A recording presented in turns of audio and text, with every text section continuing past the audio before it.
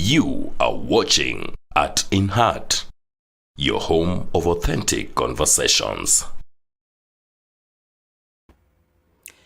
Good evening, welcome to the Perspective Tuesday edition, and this is our last episode of season 3.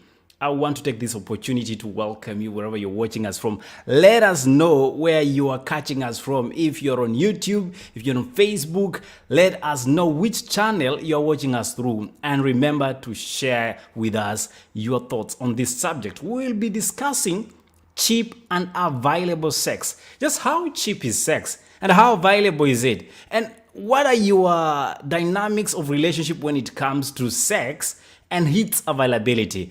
I want to start by welcoming one and only Coach Collins Bolo. Good evening, Coach, and how are you tonight? Good evening, Ellie. I'm very fine all the way from Mombasa, expecting great learning, great interaction on this subject matter, which is very key and very important on a matter which existed from the time of creation. A matter that existed from the time of creation, and many of you who do not read the Bible as it's written will say it is Adam that went to Eve and then ate the apple of the middle tree. I don't know where the apples and the oranges come from, but the African man will be telling us his perspective when it comes to African relationships and sexual interaction in human beings. African man, good evening to you. How are you tonight? Very fine tonight, and I'm very obliged and blessed to have pushed this season and actually to remember that it's the last season. And ending up on a very old topic. Very old topic, you call it? Yes. Security there means... Are you telling us sex existed before creation or creation existed before sex? But we'll be finding out if that's one of the jobs that man has as his assignment on planet Earth. With, of course, joining us is Godwin Segero all the way in Nairobi, Kenya. Good evening, Godwin. Good evening, Eli, Matasio, and Coach. How are you? We are fine. We are great, Godwin, and karibu sana. I know you are not trying to represent anybody in the court of law, but you will be presenting your case in this scenario. Ladies and gentlemen, join us as we start off with this discussion. The hashtag is TheArtsinHeart, and you're watching The Perspective Tuesday edition. My name is Likuyani Eli. Let's start with you, Coach Collins. Do we have available sex, or is it that people are too cheap? Okay. Sex is natural. Sex has been there from the beginning. If you put reference of the beginning from the time of creation, the time of Adam, actually before sin existed, sex existed. Now, the only difference is sex cheap, or are people cheap who offer it cheaply? That's whereby it's very key. In marriage, it's available. I'm married. Anytime, any day, any moment, when I feel like I need it and my wife is around, it's available for me. And does it make it cheap? Absolutely not. We're enjoying the worth and the beauty of it. But what about if I decide to go extramarital affair? Is it cheap or am I cheap?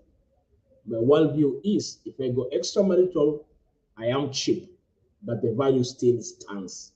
If the value of gold per gram is $5 or $10 per gram, and you decide to sell it at $2, it doesn't make the value to go down, but only the mind and the mentality of the person selling or the purpose is what is cheap. So I see sex to be valuable, but it can be handled by cheap people to sound cheap. That's my view on the subject matter. Okay, that's great. And I know when we started off, the African man said, this is an old topic. African man, state your case.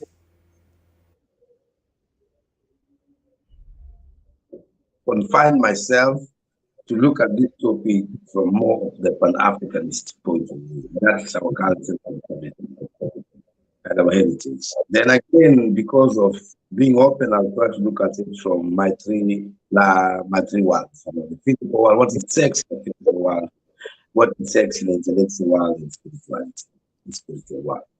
And I think today it's very important that we understand we are dealing with this old topic as we are. That's just what it is. You were born, You find, oh, I've got sexual organs. So, oh, I have to be using them. So it is as old as yourself. And I think so for me around there is the area I'll be trying to share with you what I think is could be a Pan-Africanist perspective. Awesome. I'll be looking forward to that. And Godwin, with the young generation that you seem to be coming from, sex is a tool of entertainment. Is that your view?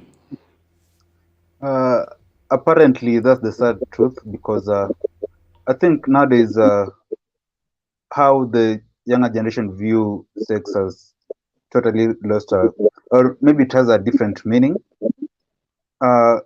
Because you look at it nowadays, people have made sex to be so too casual to an extent that even the songs people sing, everything they try to sexualize everything, be it around social media, be it like everything. If you want anything to sell, sexualize it. It will go faster. So it has lost its sacred meaning, whereby sex was respected, where you are told you have to wait till marriage. Nowadays, you can find it, and the worrying trend is even the age is becoming lower in terms of who people that can engage in it. You know, it initially it was 18, and now where we are right now, you find people as low as 10 engaging in sex, and it's not because maybe someone has forced them. Even there, I'm not talking about maybe an instance that is involving maybe an adult against a child. Even the minors themselves, you know, it's because of the exposure that is there. So sex is too much available, if I may put it that way. Too much available, says Godwin. And let's know your comment and your perspective on this one in the comment section. I'll be reading some of your comments as you bring them in. Let's engage. I see here Evelyn Otieno who says, yes, True Collins, enjoying with wife is cheaper. But somebody will tell me the cost of marrying is becoming expensive. That's why we prepare a shortcut.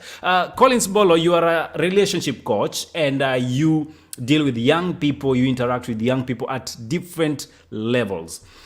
What we are trying to understand is the availability of sex. You've said it's very available in marriage, but we have instances where people believe people in marriage actually are starving from sex. That's why they will go outside to look for people to satisfy them with their need or urge.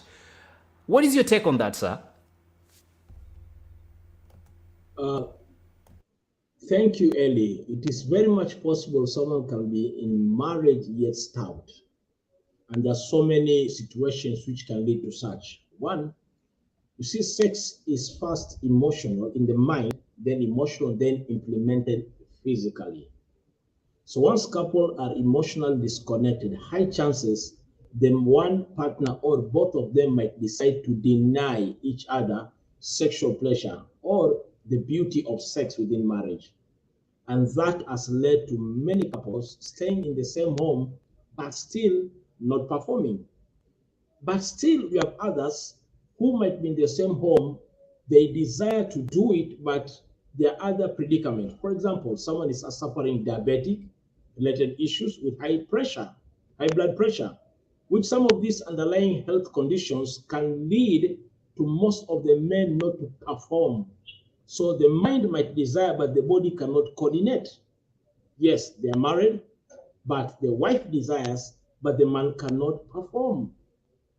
So that one can also lead to starvation, but not intentionally because of life situation and circumstances in one way or the other. So starvation really exists. Some people, they are in offenses, maybe bitterness, anger, there have been violence, different type of abuse taking place within a home. Now, due to that, then one party or both party might decide not to give due diligence as far as sexual satisfaction to the couples are concerned. Starvation exists. Some get to starvation because one partner probably engages himself or herself to masturbation. So by the time the real act comes in, the urge is not there. So what happens by the end of the day? You realize that one partner feels like this is totally a game which is unfair because The husband masturbates or the wife masturbates and the other one does not take the fellow or the partner to the peak. Then there are situations whereby both partners are willing, but due to lack of good education about sex, for example, the worldview of the man about sex is that penetrate, pump, pump, pump, release, and go. So the wife has never been taken to orgasm. She has never been taken to the peak of the sex. Are these having people said yes, but from a more mammalic point of view than a human point, whereby the man and the woman both have to get to a point of not just satisfaction in sex, but fulfillment in the act of sex. So sex is a task, it's a duty, it needs creativity and science for it to get to full enjoyment. But you're not like, even gods, even animals try to seduce the other. Kuku naona anapiga mambawa hivi so that it can prepare the other. The cows and dogs can even smell each other to prepare the other partner. But human beings sometimes just pump, pump, pump, release, sleeping and snoring. No, that's an abuse of the act of sex. So it's an act which people need to be educated, just as we educate people about hygiene and other aspects of life. Talking of education, it's something that, of course, the African man has a lot of wealth when it comes to education. Let us take his lessons from the African perspective, Mr. African man. Yes, I think, as I said, I'll start to the point of sex being as old as humanity itself. And when things are confusing, I always say you need the three worlds to find your track back. What my brother Gordon said before about our younger people having lost it in sexuality, we simply meaning that we've lost part of our morals. So for me, what is important is to every time try to find a way in which you find value in what you are. So for the question, there can never be cheap sex. They can only people who will make sex look cheap, but that's what they are in. So at the end of the day, it will just be you being a cheap person yourself. Just as he compared a very good story about gold. It's us human beings who can decide that now the value of gold is cheap because we have decided to be cheap people, because we already value that. So I agree with you there very much. Now, but when to understand where the dilemma is, when you try to look at this in the three lives, in the three worlds, in the physical world, in the intellectual world, and in the spiritual world, you see, sex is the only thing that really almost connects you much correctly to your spiritual world. Next to God, next to creation, and all that. In every understanding, in every consciousness, you will get sex as the gateway to your soul, in principle. You understand me? Now, when we want to approach it, then we look what is happening in the physical world. In the physical world, we are trying to value everything next only to a currency in the physical world, money. You are worth something, you understand? And that's what you are.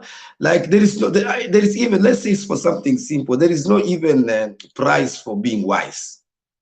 You understand? But you will find in education also, we will try to really say a professor or somebody like that, because you know those credentials are equal to valuation.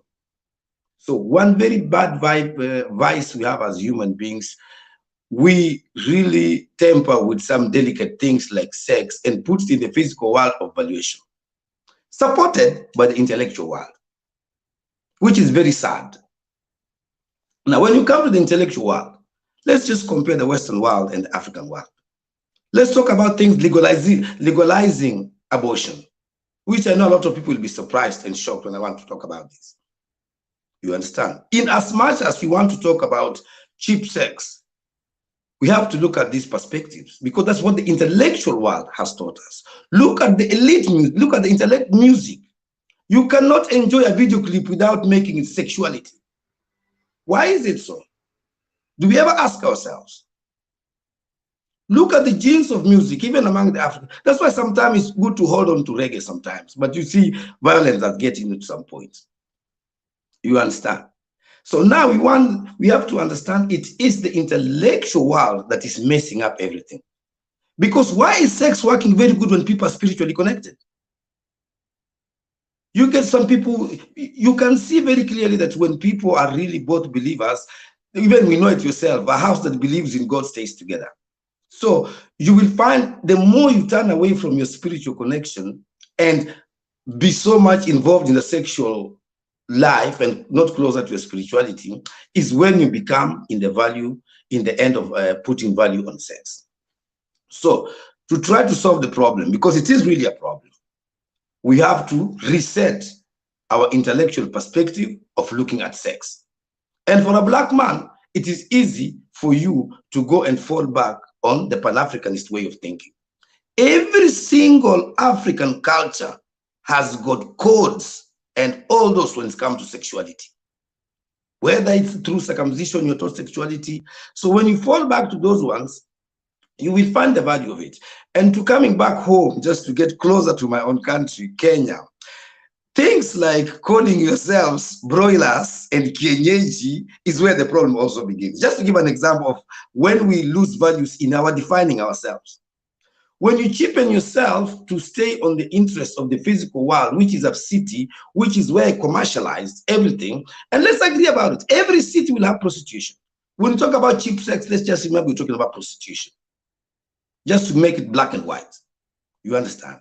So that is where we have to look and start to say, let's change our mentality. And for us, something you can, to escape this madness in the music world, to escape this madness in the entertainment world, where sex has been put as a rubber stamp next to the value of the dollar, then we have to fall back to the Pan-Africanism, find your own small village, find how they did it. And the very simple thing is, look at how it happened 100 years ago. Just try that. Just try to find out how was sex looked at in my smallest culture, even in the Luo community. How was sex done 100 years ago? How was it valued 100 years ago? Then we can start to get back on track. Ladies and gentlemen, Thank you, Matasio. The only man that seems to be living within a bracket of what I will call a transition of generation on this panel is Godwin, and I'm pointing fingers at him because I'm the one asking questions. So he will take over the questions that I might have answered. Godwin, you've heard what Matasio said. You've heard what Coach Collins has said. Why is it the young people today think and believe sex is just but an entertainment tool, and they call it the bonding factor when you want to create a relationship? As you answer that, I'll be coming to the comment section later on, but let's just try and understand the perspective tonight. Cheap and available sex. Is this what you think sex is? Let us know in the comment section. Godwin, back to you. Exactly, Eli. Nowadays, the young generation has sexualized the thing, and it's become so cheap. You know, when you find some slangs like niko na mzinga kuja na warembo, you know, that's how available. Like nowadays, ladies, you know, are being equated to a bottle of alcohol. So guys, mostly campus students will come, niaje niko na mzinga kuja na warembo, and you see, that's what happens. Come in Kenya, mention some places, talk about Juja. Someone will know what is happening there. Talk of some streets in Kenya, talk about, I don't know, Mirema Lumba, you know, and it's so common until we know where it happens. And it's so sad because I don't think what the younger generation doesn't understand. I want to bring in the aspect of love making and sex, you know, because sex is the act of just penetrating two people coming together, one private part going into the other, and they like, you know. But now when it comes to love making, it has to be there emotionally, psychologically, physically. You know, it's a process, not just an act. But nowadays in this generation, people are just having sex. They're not making love. And that's why you hear things like one night stand. So we meet today, I don't know where you came from, we just met at a party, we got drunk, and then boom, who is available? It happens, you know, and we don't care. That's why I'm saying sex is too much available. But when it comes to love making, now that's where the difference comes in. Because before you make love to someone, you guys have to be connected. And it's a process. It's not something you just come in and you're like, oh, what happens? I want sex, and then you have it. It's something, you know, it's more of a communication. And that's why you'll find for people having sex, it's more about someone wants to get satisfied. But now for love making, it's more of communication, it's more of bonding. You understand? And that's why you find nowadays what is messing up even now the so-called relationship. People are confusing love making with sex, because when you're making love, sex, like now the penetration is just part of it. It's not the main it's not the main goal. But now people are coming into a relationship, and when they look at sex, they're coming with expectations. Too much TV, you know. You, it has to last, I don't know for how many hours. But now you forget, once you've already set your mind, you with an expectation, maybe it should be 2 hours or 1 hour, 30 minutes. That's what you want to achieve. So you'll not concentrate on whatever process that comes in. What after the penetration starts, if the guy doesn't get to 30 minutes because your friends told you, good sex, it has to be 30 minutes. Boom, this guy is not good in bed. Your friends have told you, or not guys, even ladies, your friends have told you, for you to enjoy sex, it has to be 6 inch or 9 inch. So this guy comes in without the 9 inch toothpick, but you're not concentrating on now the aspect of the emotional connection. And that's why people are now concentrating more of just the actual act, like penetrating and stuff. I hope you get that, Ellie. Coach. Yeah. We are Actually, having tonight. I'm sorry, I'm experiencing some itches here and there, but I hope I've been able to rejoin the conversation, and we are discussing with this gentleman about the cost of sex and available or cheap sex for that matter. Let's go to the comment section, and I will come back to have a conversation on what these gentlemen are discussing tonight. I will start with Maria Pia. Thank you so much for coming after such a long break, Maria. She says, sex outside marriage is sin, regardless of how we baptize it. Wow. There comes the religious aspect, and I know Matasi will be having a lot to chew on that. Mark Jonah says, just to echo, starvation is brought by emotional damage / disease, and also stress factors that lowers libido. And I believe this is among partners. Enoch Obonyo, thank you so much for joining the conversation. He says, yes, it is true, Reverend Pastor Collins Bolo, but sometimes when they are saying that they are tired, or one partner is tired and you want to do it, utadu? Huyu amechoka tu. That's a question I believe he was trying to ask. Matano Nzolo Betango says, Matano watching us from Garissa. Asante sana Matano. Thank you so much for joining the conversation all the way in Garissa, Kenya. Princess Ola says, as a parent, you find out that your 14-year-old has been engaging in sex. Solution, we buy our son protection to avoid unnecessary accidents. Is that the best way to solve such a situation? Wow. Such a heavy question there. Again, Mark Jonah says, Ola, I second that parents should be the forefront in ensuring and enlightening their kids to make them aware and cause the precautions of unwanted pregnancies and STI/STD. Yes. So what is the role of parents when you come to your teenage and they are engaging in premarital sex or teenage sex? What do you do? Buy them protection, or should you just buy them those where they have to take one per day in their cycle? I don't know the name, but it is somewhere there. I believe you know what I'm talking about.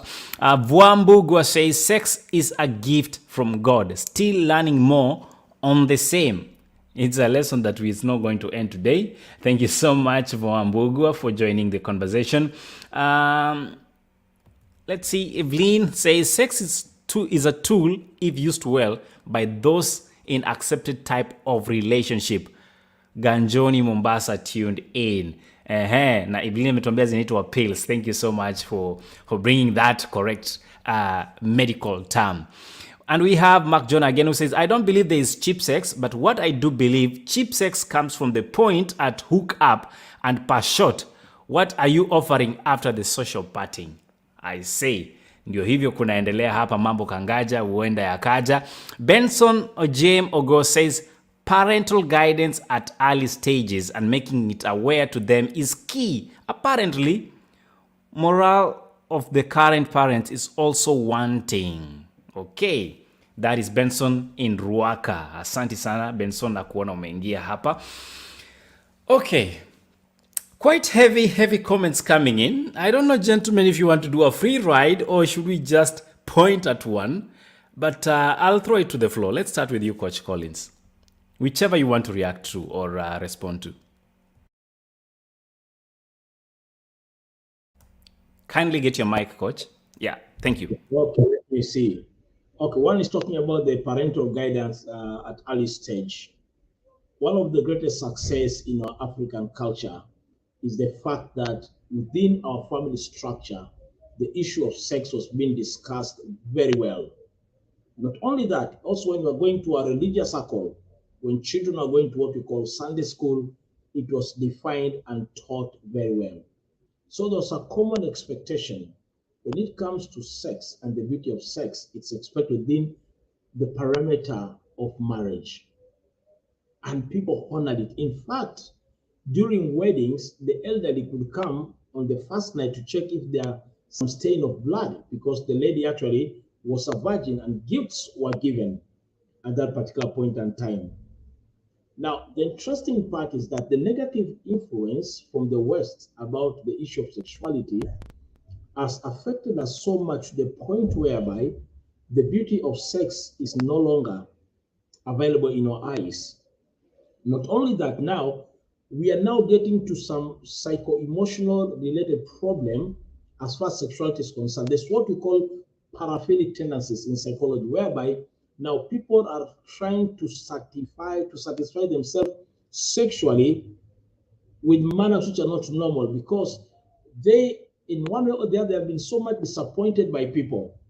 For example, we have like the issue of the Samantha. So one will go to buy an object to satisfy him or her sexually because he or she has been disappointed by other people because of engaging in sex at a time and a point when they're not mature to handle the situation.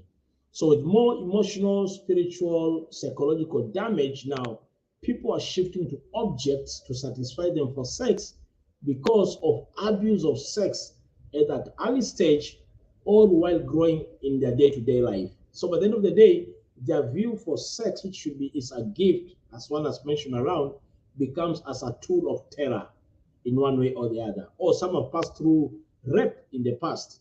And for them, sex is something painful, traumatizing, and you cannot dare get close to it. Now, that one means we have to ask ourselves, what is my worldview about sex? And where do I get my value as far as worldview for sex is concerned? This will help us very much. So that if you're religious, you stand by a religious value system. And the beautiful thing is, either Christian, Muslim, or African, when it comes to sexuality, it is spiritual and pure first. It's only cults when these things were done before marriage or in abusive manner. So it's key to know where your stand is as far as sexuality is concerned. It's key to know where you stand in when sexuality is concerned. And this is the point at which we take it to the next level. And the level is, we asked in our question or in our caption, what and how is sex cheap? When I talk about what, it's because sex in itself, it's an expensive affair. When Matasio mentions the idea of the physical aspect, he's talking about money. But sex in itself costs you something. Let's talk about the common ones. Teenage pregnancy. Why is it today, Matasio, and I'll ask you this because you are one of the elders on this show. Why is it today that young people are more afraid of getting pregnant than actually getting an STI or getting infected with whatever, other sexual transmitted diseases? They will rather take a P2 than abstain or actually use protection when engaging in sexual relationship. Why is the scare more about pregnancy, Matasio? The pregnancy, if our son is okay, they will be more scared about pregnancy because then maybe it exposes what was done in darkness. That's the only reason I can imagine. At this moment, at his age, then again, pregnancy will bring along some responsibilities. And of course, if you have decided to be a cheap person, it means you're also not a responsible person. So you're not even ready for the repercussions of what you're engaging in. And even if you are a sinner, you are not ready to stand in and speak for your sins. So that is the reason why, if I may answer your question, but then maybe I would like to go back to it and see. I'm much for this discussion. I'm much more looking at the comments from the public and everything. I see things like parental care, which is really very important. I see good gift from God, which is a really important thing. And I think first to also just have an honest discussion about sex. We must put it in its context, first of all. And sex is a spiritual thing. It's the gateway to spirituality. And these other intellectual parts and even the physical world values don't really even go anywhere to merge with sex as it is. Yeah, how it is, with its pleasures, with its miserable disappointments, with all those that comes with it. It is something spiritual, and in it has got its own cause and values of punishing the misusers. The way it is itself, sex itself, it has got its own mechanism to punish the misusers. In a very simple way, if you are a pastor and you sleep around, that's a very good punishment because your life is trying to show you, it kills your dignity. So you understand? So those ones are things you should not worry about. What we should worry about right now is where is the brainwashing starting? And Eli, you asked me why it's these days, because it has taken a long time, especially from the black man. A black man's sexuality has been, we have to look at it from spirituality, first of all. For even, let me just say, now generation to understand the impact of what sexuality has done to him and his own generation, you have to, with a different consciousness, to look in our history, especially the black man in diaspora. You understand? That's why I still say, if we only fall back on the traditions, it's the easiest gateway for us to even start to understand what happens to us, not what we're engaged in. And it will be the same. Every generation for the last 500 years, the adults have always been, younger people have engaged in extreme sexual behaviors. We have seen revolutions. We have seen a lot of revolution come based on sex. Let's talk about a country like Holland. Its process through legalizing prostitution. Then look at the consciousness of legalizing adoption, abortion. And then you realize how the world is starting to be sorry. And I mean, if you are awake, if you're not still awake, I'm sorry. So for us to get this, if you just try to get back to the spirituality part of it, then we can find a way in which we have to heal and understand. Otherwise, we are really lost. That's all. Otherwise, we're really, really lost. And I agree with my my friend Coach when he says, if you are a Christian, hold on to those Christianity values. But for Christian, I warn you, there is another big story down there. Now, when you talk about the Catholic Church, put things on the table. Now, so be warned also. Muslims, very good, hold on to it. There's so much values to it, and if we start there, then at least we can start to look at the problem that we're having now and to be able to move further. Otherwise, people are giving very good comments, and I think I like to congratulate the public today. They are very, very awake. They are very, very on top, and they are very, very godly people. I'm very happy for that. Thank you, Matasio. Let me get to you, Godwin. Godwin, I will just throw you into the jungle so that you are able to give us your perspective as a young person. There's a point that Juliet raises here, and she says, I believe it's a she, I think most young people lack knowledge about sex, especially on the spirituality. So without a background to refer to, it's treated casually. Coach Collins, a lot of young people right now, let's say at the age of 18, most of the parents are probably the age of 35, 36, thereabout. And you ask me why? It's because most of these parents started engaging in sexual activity when they were merely out of high school. And by the time they were leaving high school, they were either pregnant or having children as fathers. So when Juliet raises an issue of a point of referral, does it concern you, Godwin, that as it is today, the morality of our society has a lot of, holes that has been poked into? And as young people, we do not have a reference point. And the few people that we look up to, they are ideally, all of them, they are, if I will not say use the word polluted, there is a word that I was actually trying to use. But you go to church, you find the pastor you're supposed to go to for spiritual counseling, he is praying on you.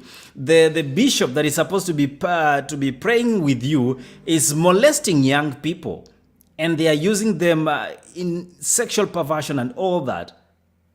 How do you fix and maneuver this landscape of being that young person that can stay spiritually correct and accept and live with their sexuality in a way that brings honor to them? Godwin.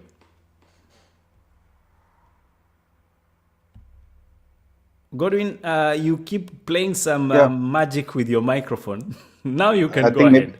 I think maybe you're trying to unmute and I was unmuting as well. Anyway, so the point is, as a society, I think now we need God himself, even not us, because us, we can just talk. And I wanted to point out some hypocrisy, because we are talking about parents who are supposed to be guiding the younger generation. But now, on the contrary, the elders that's supposed to be guiding the younger ones are trying to move towards what the young people are doing. And that's why in Kenya, as a reference point, you'll find things like mubaba, mumama. So you have your children, you want them to live upright, not to engage in such. But now, on the other hand, you go out in clubs or stuff, you are using other people's children. So what makes you think yours are not being done the same with other older men? So it's just a cycle. And then when you come in the limelight, all of us wants to castigate, like, kids are doing this. But where are they learning from? You find a student in campus having an iPhone Pro Max. This student is in campus, for heaven's sake. They're not studying. Where are they getting? Because the elder generation that are supposed to be guiding them, instead, they are luring them with gift, with money. What happens next? Because once this lady or this young man gets that access to money and that material things, they don't see value in themselves, because they feel hii ni kitu tu inaenda na daruri sio ataenda nayo. You understand? So we find it's so available for us to gain something. People want to live a certain lifestyle, and I'm talking specifically about the young generation. They want to live a certain lifestyle, but they're not there. So they don't trust in the process. They want things easy. What is the most easily commodity that you can sell for you to get maybe such money and stuff? It's sex. What do you want? Only sex. I can be available for as much as you want. And they don't even care whether someone is married or not. Someone almost the age of your parents, some even your grandparents, but still you close your eyes and you're like, I'll do it as long as I'll get money. But what are we losing in the end? We're losing our morals. How can this person stand up now to guide? Because some of the results of such sex is early pregnancy. So this person getting pregnant or impregnating someone within the time where they're at their peak, they're still enjoying life. They don't know what responsibility is. And then all of a sudden, a kid comes in. So they just take maybe time of kidogo, maybe kuza and stuff.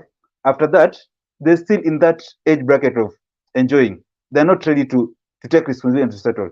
What happens? They take the kids with their mother. Like now, the kids are being raised with their grandparents. They're back to the streets. Unasikianga unaoga unarudi soko, and they forget.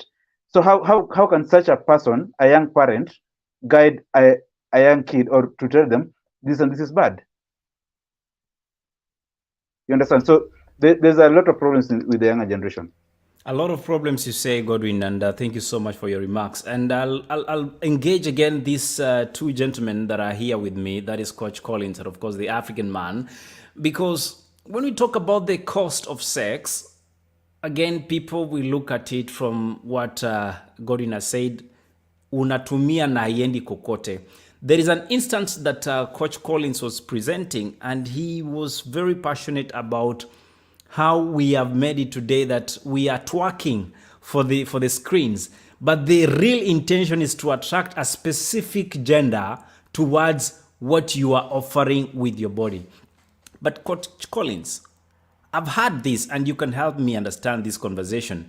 I have a visitor who keeps walking through my camera. I don't know if it's the creation of God, so you guys can excuse me for tonight.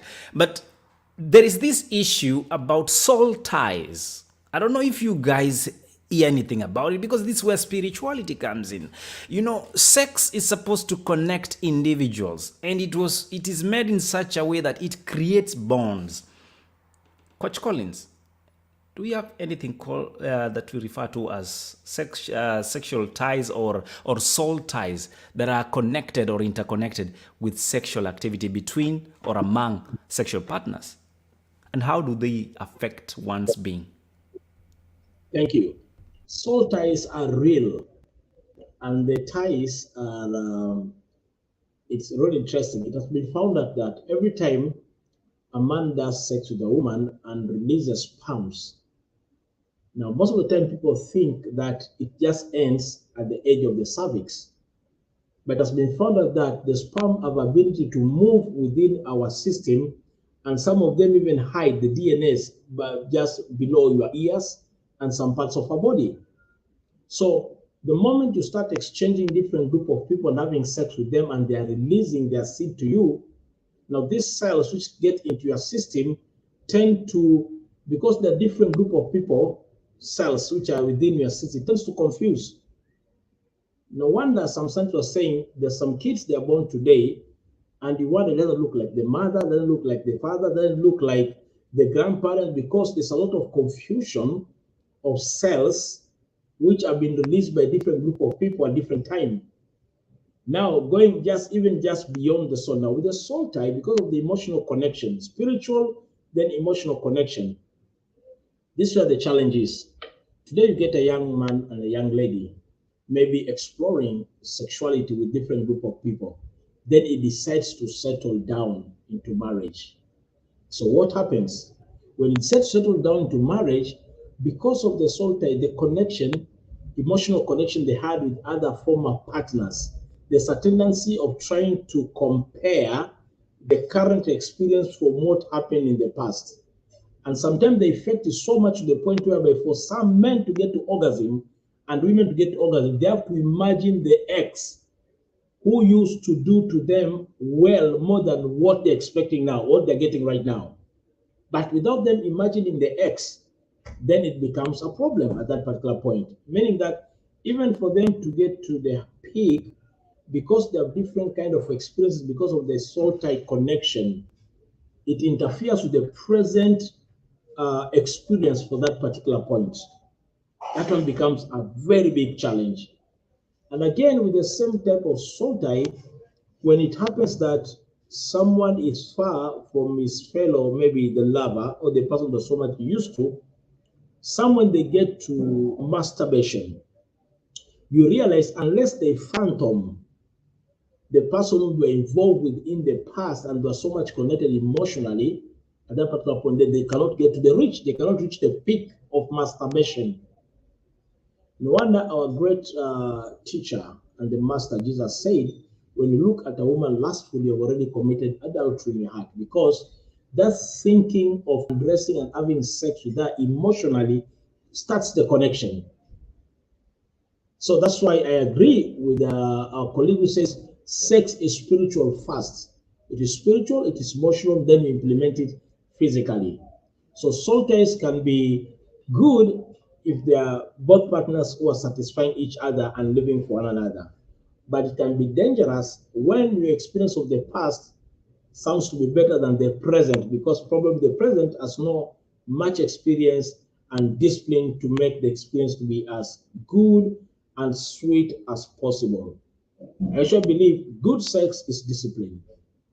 Good sex needs time. Good sex is work. But if that discipline has not been there in the past, just like a cock, that's where the danger of salty comes in. Wow, interesting. African man, you want to add a few wisdom words to this? Very many ways, in very, very many ways. But though, I always look at where can we start, or where can, my friend here, pastor, says we just wait for God. We are God that is inspired. We are in the image of God. So we don't wait for God here to come and solve the problem. He sent us to solve it. Actually, which is not, it's just an obstacle. But I just have an imagination, a situation. Let's look at a country like Kenya. When at a very young age, every young girl or every young boy would be able to have in the physical world what all they need. Like if everybody's earning $100,000, every young girl has it. So the reason to look for a man because of economical world would not exist. What impact would that put on the sexual misuse that is going on because people are living in poverty? Because I bring that question because the answer is very clear. If all the girls had all the money they want, they wouldn't chase boys around. True or false? I mean for money. It solved the equation immediately. Then those are the small things we can do in the physical world. Every parent responsible, let you make sure that the young girls in the community are empowered in a way that and it's not only about they have money, just understand. This is just the economical thing. It's in the physical world. It's in the physical world. So everything in the physical world is there. So that also can be a way to look at this stuff. But the most confusing thing now in my country, Kenya, I think, when I say, African people, Black people, we are just not somehow weird. Things happen to us. You see, and the biggest confusion in a lot of African countries, and also in Kenya, my country, is a lot of people living in the confusion between religion and spirituality. You understand? Because if you are not aware of just the basic spiritual things, how you feel, that's the first thing. Because the feeling is the spiritual essence that brings you closer to God. You will not even let a pastor lie to you. Because religion is just like a government, it's politics, it's all that, it's all systems put together for someone to gain. You understand? You look in every one of them, but spirituality is different. But the challenging thing now is, there are very, very bad people in the religious world. And there are also very, very good spiritual people in the religious world. And there are also very, very good spiritual people out there who are not making any impact. So to solve this thing is to really come back to the basic African basics. Look 100 years ago, how did young people know about sex? Only that, how did they know about it? How did they first know about sex in their lives? And then Let's take this comment, Matasio, as you help us ponder that one. There is Juliet who says, and thank you so much, Juliet, for really engaging us in this conversation tonight. I appreciate you, and so do the rest of the gentlemen. She says, as a Christian, apart from being told to preserve sex for marriage, no in-depth information is given. Most adults shy away from such discussions, but the internet does not shy away. Godwin, are we learning sex and how to have sex and what are values of sex through the internet as young people? Actually, on the contrary, we are not really learning the values of sex from the internet. We are trying to learn the act of sex, how to do it, what you need, how to make your partner happy, how to, and the internet, mind you, they're just people, the same people like us. And these are people who want to sell articles. So that's why you'll find you reading maybe even just a normal news article, and then down there the adverts, how to last 2 hours, how to, and that's what excites young men, because at the point where they are right now, they believe good sex is lasting long, having, I don't know, big word, and that's why people are trying to do funny things in the name of wanting to enjoy sex. But in this, are they learning?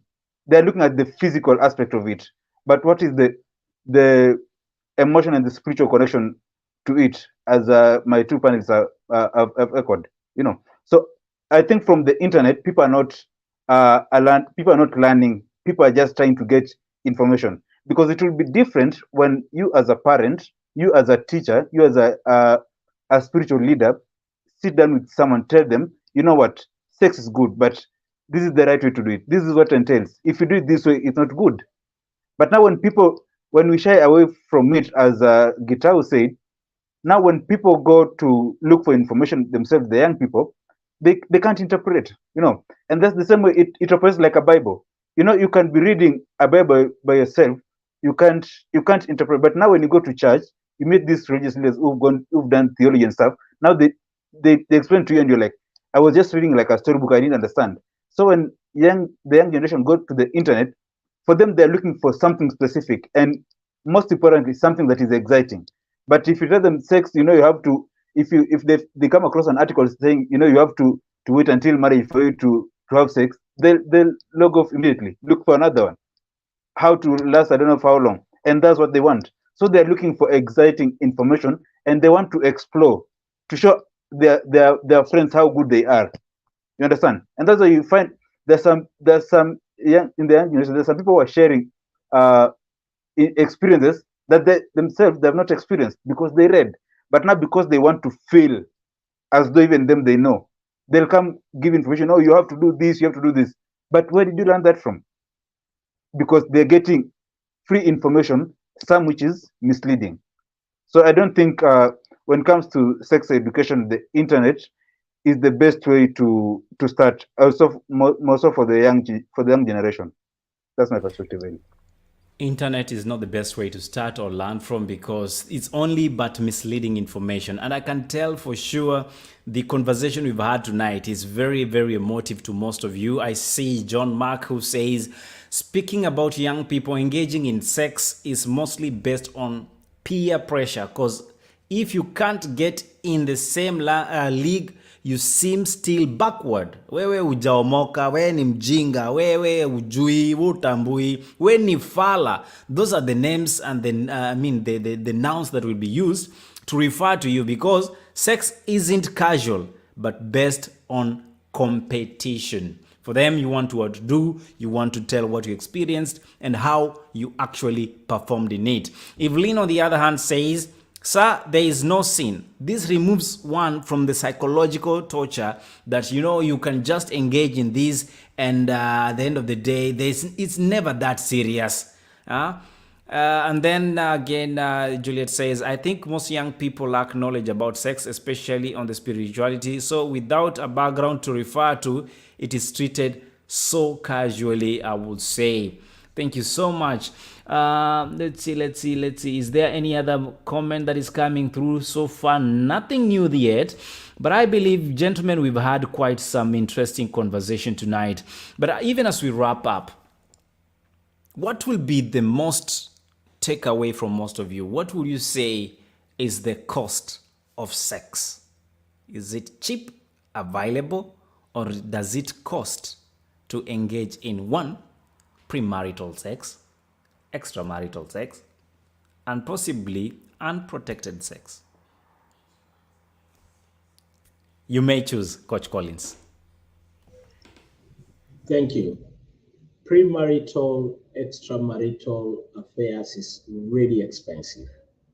One, if you're married and now you have to go extra mile, it means you have to plan to pay for the hotel room.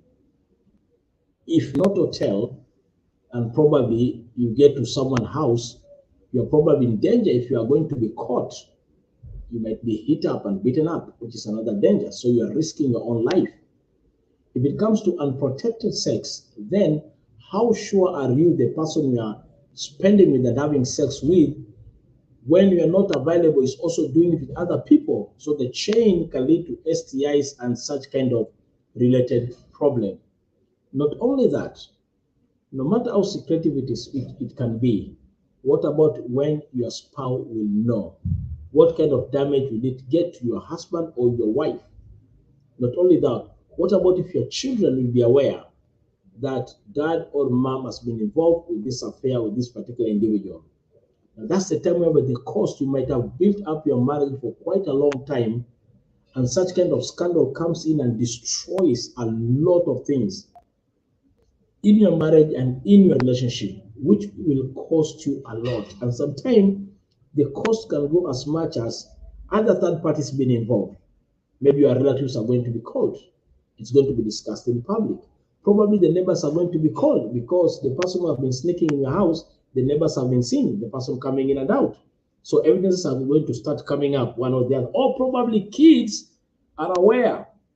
Like one kid was told to pray for the relatives. Started praying, Father, I thank you. I'm praying for dad that you're going to help him so that he can give dress for these ladies in his phone who are nude. And I'm praying also for our auntie who has been bringing in another uncle in the house when dad is not around. In that prayer moment, this kid was exposing a lot of things which he has been observing, and these mature adults were not aware about it. So extramarital affairs can be very costly, and the cost can lead to separation and divorce, even to some extent. So that one means before engaging to it, it's extremely important to count the cost. One, and two, are you ready to pay the price if all won't go well? And something else I was thinking about early is this, which might be bringing problem to most of our men. Are you aware that most of the family members who are between 45, 50 to 55 were the group of people who are taken to academy, and those who are in the government system, who are going to class from morning and they're going for extra tuition up to 8? Because people are studying as if they want to become astronauts.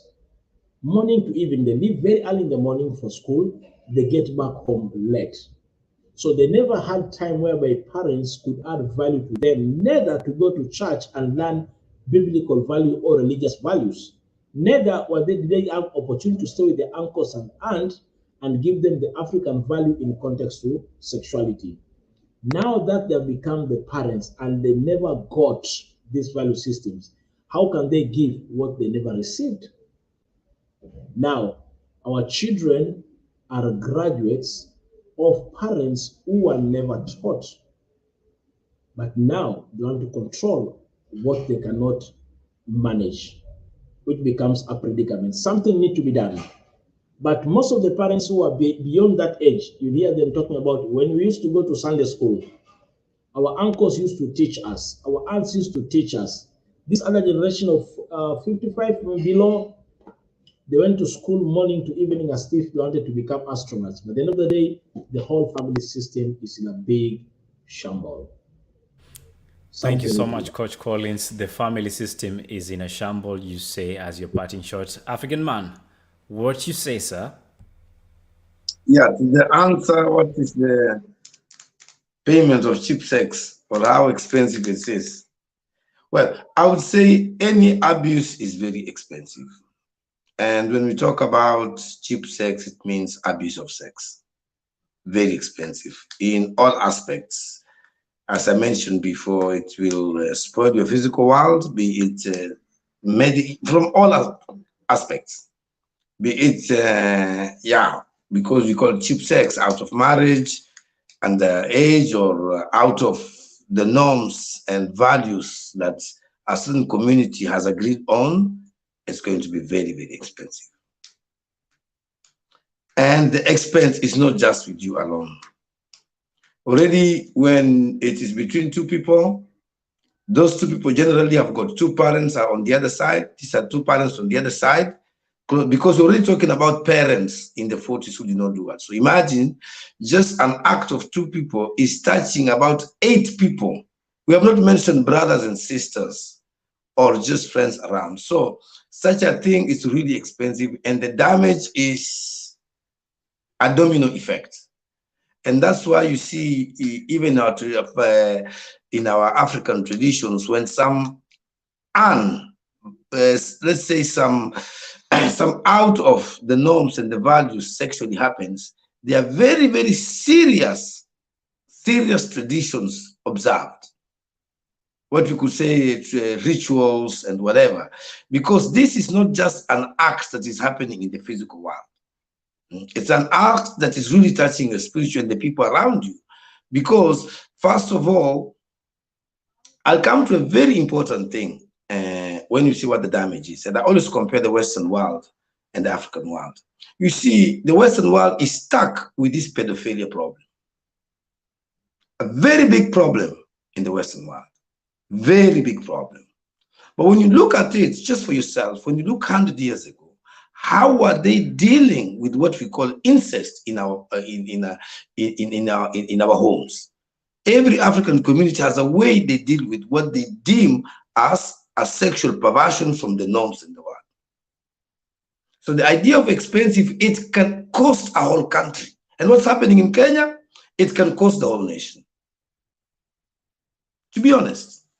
And yeah, it is sad. That's what you can just say. It is sad but curable. Sad but curable by looking at it from the onset on how things were done in the past versus how we're doing it, and comparing to the Western world where pedophilia is a problem. It is a problem. Godwin, once and we had a conversation, and you told me about this neighbor that was enjoying the fruits of the labor of another man just across the house. I think I'm not the best suited man to tell that story. So, in a minute or two, kindly give us that story, and that should be your closing remark. Godwin. It was a sad state of affairs, because you can imagine in the same plot. So you have this lady, and then, given the religion, not the, we're in Kenya, and all of us, there's a way we profile religions, and it's unfortunate Christianity is the one neglected. But like, Christians are regarded to be like, anything comes and goes. But now for a Muslim, for Islam religion, there are those things that we know Islam for. There's some values. So there's this lady who is Muslim, then the husband is there, but now the lady goes ahead to have an extramarital affair with someone within the same apartment, So, and then the sad thing is the color of the race also. Let me not go into details, but now it's evident. Like when now the child comes in, the lady has an extramarital affair. The result is pregnancy. So pregnancy comes in. Now the challenge goes for scan. They're twins, but I think maybe at some point she wanted to get rid of them, and then one survived, the other one didn't survive. So after birth, the child comes out, and it's all over. Like everyone knows what's happening. And the sad bit is now even the wife to the man who did the same came and looked at the child and said, like, yeah, we're in way to eat kitchen near nyumbani. So it's nothing to hide. And the shame that comes with it. So the lady had to leave now. He left the husband with the 3 kids, including the young one. I think was about weeks old, or if not maybe at max 2 months. So you can imagine how shameful it is. Someone going out, coming with the pregnancy as a result of extramarital affair, and then runs away, leaving you with that young child. What do you do? And that's the cost. And just to finish, Matasi took words out of my mouth, because I want to say the cost of sex is not just, it doesn't just affect the individual, but it affects the society as a whole. because where it's headed, we are losing the very basic foundation of a society, which is the family. So once the family is lost, it means we'll not have a society. So as much as we might glorify it now, it's more costly than you might think. Thank you. More costly than we might think, and that's where we leave it at for tonight. Thank you so much, everybody that made this conversation come to life. I see Lucy Kagendo, who says great conversation. I believe Mark had earlier on asked this question about us, who teaches us. Parents weren't taught much about sex growing up, and just being told ukienda huko nje utakuja na ukimwi or mimba. For men it was ukimwi, for women or ladies it was mimba. As parents, what are you doing with the young generation? Because all you are told was, if you go out, these are the results. Nothing much to be added on that. So this is where we need to have this conversation and actually try to address on issues that surround sex and issues with sexual relationship. The world has become so materialistic, and as we struggle to keep up with trends, morals are thrown out the window. We need to go back to our roots as a society and uphold morality. I see Noreen here who says, this was an amazing show. You did great, guys. Very informative. And of course, that's where we end it on season 3 of The Perspective, rather, when we talk about issues that deal with relationships. We can't wait to have you again for season 4. And this is the moment I announce we will be coming back with The Men's Den. How about that? That resumes next season. The Men's Den will be coming back. Let's discuss about men, because I saw Evelyn there asking, why is this so much about men? Where are the ladies here? Guess what, Evelyn? We were just preparing you guys for the Men's Den, because it will be resuming next season. But for this Thursday, what is coming up, you guys need to know. And this is a great collaboration between Radio Africa EU and TheArtsinHeart, as we talk about the president we want.